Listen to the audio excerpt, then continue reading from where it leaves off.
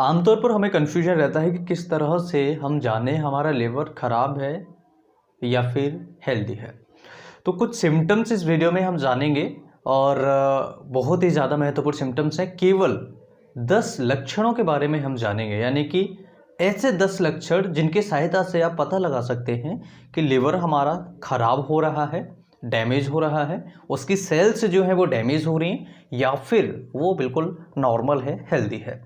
तो यहाँ पर कुछ ऐसे सिम्टम्स प्रोवाइड होते हैं हमें, यानी कि जब लिवर हमारा ख़राब होता है, लिवर हमारा फेल्योर की तरफ जाता है, लिवर फेल्योर होता है, तो ऐसी कंडीशन में कुछ सिम्टम्स हमें देता है।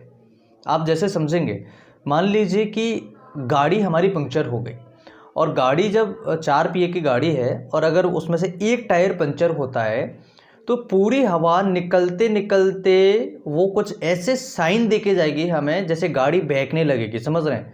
अगर थोड़ी सी हवा कम होगी उसमें से तो गाड़ी बहकने लगेगी। जब पूरी हवा निकल जाएगी तो फिर गाड़ी बहुत ज़्यादा बहकने लगेगी, यानी गाड़ी चलाना मुश्किल हो जाएगा। राइट? तो इसी तरीके से जब लिवर हमारा थोड़ा सा डैमेज होता है तो हमें कुछ सिम्टम्स प्रोवाइड कराता है, कुछ सिम्टम्स देता है, कुछ साइन देता है। तो ऐसी सिचुएशन में जब ये लिवर हमारा ज़्यादा डैमेज होता है तो और भी ज़्यादा सिम्टम्स देता है। तो ये कंप्लीटली हमारे 10 लक्षण हैं, 10 ऐसे सिम्टम्स हैं जिनकी वजह से हमें पता लगा सकते हैं, हमें पता लग सकता है कि हमारा लिवर सही है या नहीं। सबसे पहला होता है एलोपेशिया। एलोपेशिया यानी कि बाल झड़ना। अगर किसी व्यक्ति के लंबे समय से लगातार बाल झड़ रहे हैं और उसके साथ में कुछ और भी एसोसिएटेड सिम्टम्स हैं तो उसको एक बार अपना चेकअप करवा लेना चाहिए। दूसरा लक्षण होता है जॉइंडिस यानी कि पीलिया। अगर किसी मरीज को लगातार कंटिन्यूसली पीलिया हो रहा है, जैसे अभी ठीक हुआ 2 महीने बाद फिर से हो गया, फिर ठीक हुआ 2 महीने बाद फिर से हो गया, फिर ठीक हुआ 3 महीने बाद फिर से हो गया, फिर ठीक हुआ 1 महीने बाद फिर से हो गया, तो ये रिकरेंट अगर किसी को चल रहा है तो ऐसी कंडीशन में हमें डॉक्टर से मिल लेना चाहिए। इसके अलावा हाथ पैरों में, शरीर में खुजली लगातार रहना। कई ऐसे मरीज होते हैं जिनको खुजली होती है लेकिन वो ठीक हो जाते हैं, लेकिन यहाँ पर कुछ ऐसी कंडीशंस हमें देखने को मिलती हैं जिसमें खुजली मरीज को हो जाती है और वो कंटिन्यूसली उस मरीज को परेशान करती है। तो ऐसी कंडीशन में हमें ध्यान रखना होगा कि कहीं लिवर हमारा ख़राब तो नहीं हो रहा है। खुजली यानी प्रूराइटिस, इसे प्रूराइटिस का नाम देते हैं हम लोग यहाँ पे। तो ऐसी कंडीशन में अगर किसी को लगता है कि मुझे लगातार खुजली हो रही है पूरे शरीर में हल्की हल्की और वो लंबे समय से ठीक नहीं हो रही है, तो एक बार अपने डॉक्टर से सलाह लीजिएगा ज़रूर, क्योंकि एक्जिमा वगैरह होगा या फिर कोई फंगल या कोई ऐसा इन्फेक्शन होगा तो वो अचानक से होगा आपको और 10-12-15 दिन बाद वो ठीक हो जाएगा। लेकिन यही खुजली प्रूराइटिस अगर आपको लंबे समय तक चल रही है तो आपको एक बार डॉक्टर से कंसल्ट कर लेना चाहिए। इसके अलावा जो चौथा लक्षण होता है वो होता है स्पाइडर नेवाई। इसे कई लोग स्पाइडर नेवी भी बोलते हैं। तो इसका मतलब क्या होता है, हमारी स्किन पर, हमारे पेट पर ऐसा एक छत्ता टाइप का बन जाता है, जो हमारी मकड़ी होती है ना, जो मकड़ी दीवारों पे चलती है, उस टाइप का एक स्ट्रक्चर बन जाता है। आप शायद इस इमेज में देखेंगे। तो ऐसा स्ट्रक्चर अगर किसी को बन रहा है तो अपने डॉक्टर से एक बार कंसल्ट कर लीजिएगा। इसके अलावा किसी मरीज को लगातार खाना डाइजेस्ट होने की समस्या हो रही हो, जो कि लंबे समय से हो, उसका सही से खाना पच नहीं रहा है, उसको बहुत ज़्यादा दिक्कत हो रही है, तो अपने डॉक्टर से सलाह लीजिएगा। इसके अलावा मरीज को होता है पैरोटिड स्वेलिंग, यानी कि जो हमारी यहाँ पर पैरोटिड ग्लैंड्स होती हैं उसमें सूजन अगर किसी मरीज को है जो कि लगातार है। अगर नॉर्मल इन्फेक्शन होता है जैसे गले का या कान का इन्फेक्शन होता है तो ये थोड़ा बहुत सूज जाती है लेकिन ठीक हो जाती है, लेकिन ये ठीक ही नहीं हो रही है, लंबे समय तक अगर आपको ये परेशानी दे रही है तो डॉक्टर से कंसल्ट कर लेना चाहिए। इसके अलावा पाल्मर इरिथेमा। पाल्मर इरिथेमा यानी कि आपको जो हथेलियाँ हैं, हथेलियाँ मरीज की लाल लाल होने लगती हैं, लाल लाल दाने से उसमें अंदर हमें देखने को मिलते हैं, ऐसा लगता है कि खून इकट्ठा हो रहा है।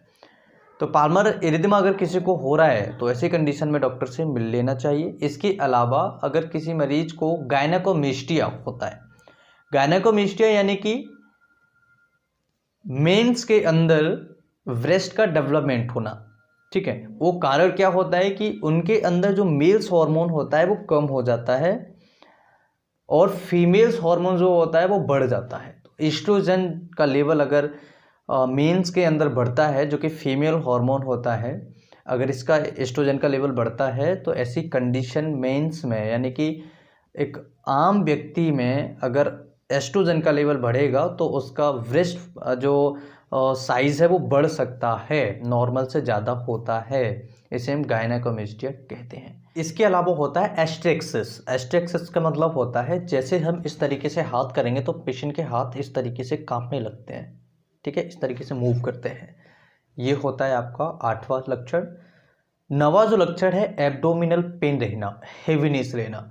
जो हमारा राइट साइड का फेफड़ा है, राइट साइड का लंग्स है, इसके नीचे बहुत ज़्यादा हेवीनेस देखना, बहुत ज़्यादा दर्द रहना, लगातार कंटिन्यूसली दर्द रहना, तो ऐसी कंडीशन में डॉक्टर से मिल लेना चाहिए।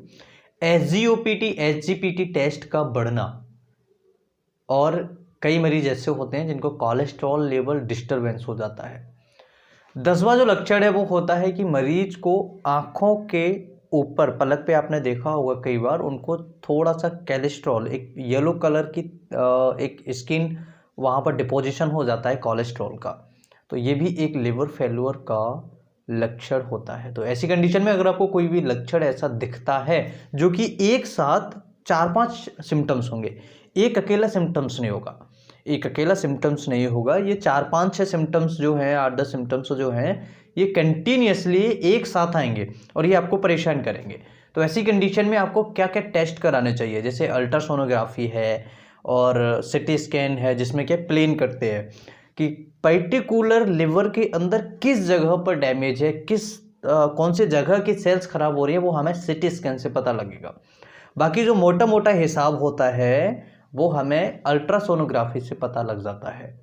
इसके अलावा एक्सरे एब्डोमेन करा सकते हैं, अगर कोई अन्य समस्या मरीज को होती है तो ये भी टेस्ट करा सकते हैं।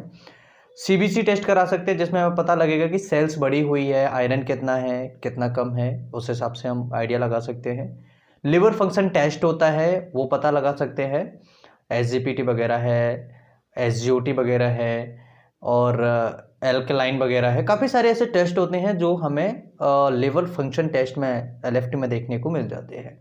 तो ये सिम्टम्स मुझे लगता है आप सभी के लिए बहुत ही ज़्यादा महत्वपूर्ण हैं। अगर आपको लगता है कि ऐसे कोई सिम्टम्स मुझे हैं तो अपने डॉक्टर से तुरंत जाकर कंसल्ट करें और अपने लिवर को बचाएं। लिवर खराब होने के कुछ कारण होते हैं, स्पेशली एल्कोहल है, बैड हैबिट्स हैं, कई बार हम उल्टा सीधा खाना खाते रहते हैं, हम ध्यान नहीं देते हैं, तो ऐसी कंडीशन में हमारा लिवर डैमेज हो सकता है। इसके अलावा कई बार ज़्यादा एल्कोहल का सेवन भी लिवर को ख़राब करता है। अगर कोई मरीज़ ज़्यादा कोलेस्ट्रॉल लेता है तो उसकी वजह से भी लिवर कई बार डैमेज होता है, क्योंकि कोलेस्ट्रॉल को पचाने के लिए काफ़ी सारे एंजाइम्स की ज़रूरत पड़ती है डाइजेस्ट करने के लिए। और गॉल ब्लैडर की अगर कोई समस्या होती है तब भी ये लिवर हमारा ख़राब हो सकता है, लिवर सिरोसिस हो सकती है अगर लिवर को हम सही तरीके से नहीं रखेंगे तो मैं उम्मीद करता हूँ आज का वीडियो आप सभी के लिए बहुत ही महत्वपूर्ण होगा। वीडियो अच्छा लगे तो लाइक एंड शेयर करें, कुछ पूछना चाहे तो कमेंट करें। नमस्कार, thank you for watching, have a nice day.